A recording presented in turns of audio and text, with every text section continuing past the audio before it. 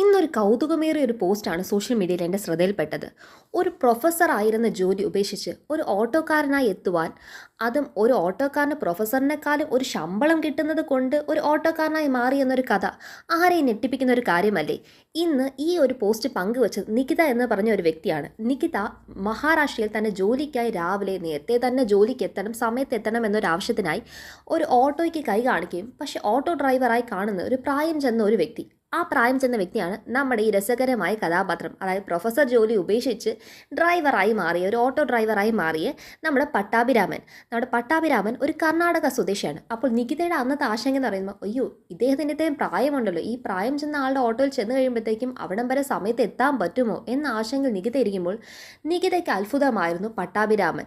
കാരണം പട്ടാഭിരാമൻ്റെ ഭയങ്കരമായ രീതിയിലുള്ള ഭാഷാ മികവ്, അതായത് ഇംഗ്ലീഷിന് ഭയങ്കര എളുപ്പത്തിൽ സംസാരിക്കുന്ന ഒരു വ്യക്തി. ഒരു ഓട്ടോ ഡ്രൈവർക്ക് ഇത്രയും സംസാരിക്കാനുള്ള കഴിവോ? അങ്ങനെ നികിത അയാളുമായിട്ടുള്ള 40 മിനിറ്റ് സംസാരത്തിൽ അറിയാൻ പറ്റി ഒരു പുതിയ തരത്തിലുള്ള ജീവിതകഥ. അതിൽ നൂതനമായ ആശയങ്ങളുമായുള്ള ഒരു ഈ ഓട്ടോ ഡ്രൈവർ ഏവരെയും അത്ഭുതപ്പെടുത്തുന്ന വ്യക്തിയാണ്. കാരണം പ്രൊഫസറായി ജോലി കണ്ടുപിടിക്കാനായി കർണാടകയിൽ കുറേ അലഞ്ഞു. പക്ഷേ എല്ലാവരും പേരെന്താണെന്ന് ചോദിക്കുമ്പോൾ പട്ടാഭിരാമൻ എന്ന് പറഞ്ഞപ്പോൾ ചിലപ്പോൾ ജാതി കൊണ്ടായിരിക്കും അവിടെയൊന്നും ജോലി കിട്ടാതായ പട്ടാഭിരാമന് നേരെ മഹാരാഷ്ട്രയിലേക്ക് വരേണ്ടി വന്നു. അന്നത്തെ കാലത്ത് 15,000 രൂപയോളൊക്കെ ശമ്പളം എന്നാണ് പ്രൊഫസറിന് കിട്ടുന്നത്.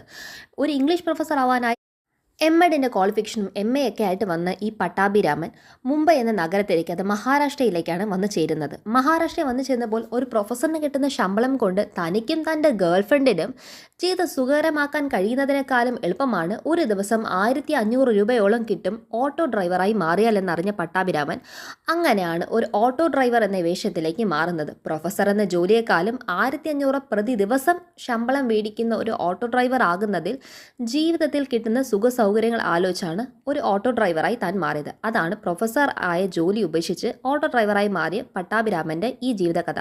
ഇതിവിടം കൊണ്ട് തീർന്നില്ല. ഇനി ഇതിനേക്കാളും നല്ല ഒരു ആശങ്ക എന്ന് പറയുന്നത്, എന്തുകൊണ്ടാണ് അദ്ദേഹം ഗേൾ ഫ്രണ്ട് എന്ന് വിളിച്ചത്? ഭാര്യ എന്നല്ലേ പറയേണ്ടത്? കാരണം ആൾക്ക് 70 പുറത്ത് പ്രായമുണ്ട്. 70 പുറത്ത് പ്രായമുള്ള ഒരു വ്യക്തി തൻ്റെ ഗേൾ ഫ്രണ്ടിനെയും തനിക്കും സുഖമായി ജീവിക്കാൻ എന്ന് പറയുമ്പോൾ അത് നികിതയ്ക്ക് ഒരു അത്ഭുതമായിരുന്നു. അപ്പം നികിത വീണ്ടും ചോദിച്ചു.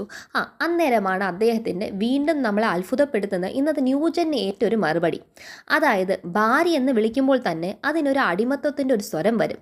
പക്ഷേ ഗേൾ ഫ്രണ്ട് എന്ന് വിളിച്ചാലോ ആ ഒരു അടിമത്വം ഇല്ല. അവരും നമ്മളും തത്തുല്യ പങ്കാളികൾ എന്നൊരു ചിന്ത എപ്പോഴും നമ്മുടെ മനസ്സിൽ കാണും.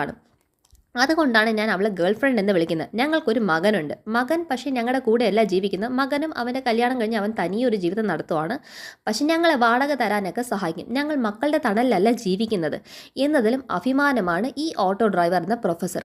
എന്നെയും ഈ പോസ്റ്റ് വല്ലാണ്ട് എന്താണ് അത്ഭുതപ്പെടുത്തിയത്. അപ്പോൾ ഇത് നിങ്ങളുമായിട്ടും കൂടെ പങ്കുവെക്കണമെന്ന് തോന്നിയപ്പോഴാണ് ഇത് ഷെയർ ചെയ്തത്. അപ്പം താങ്ക്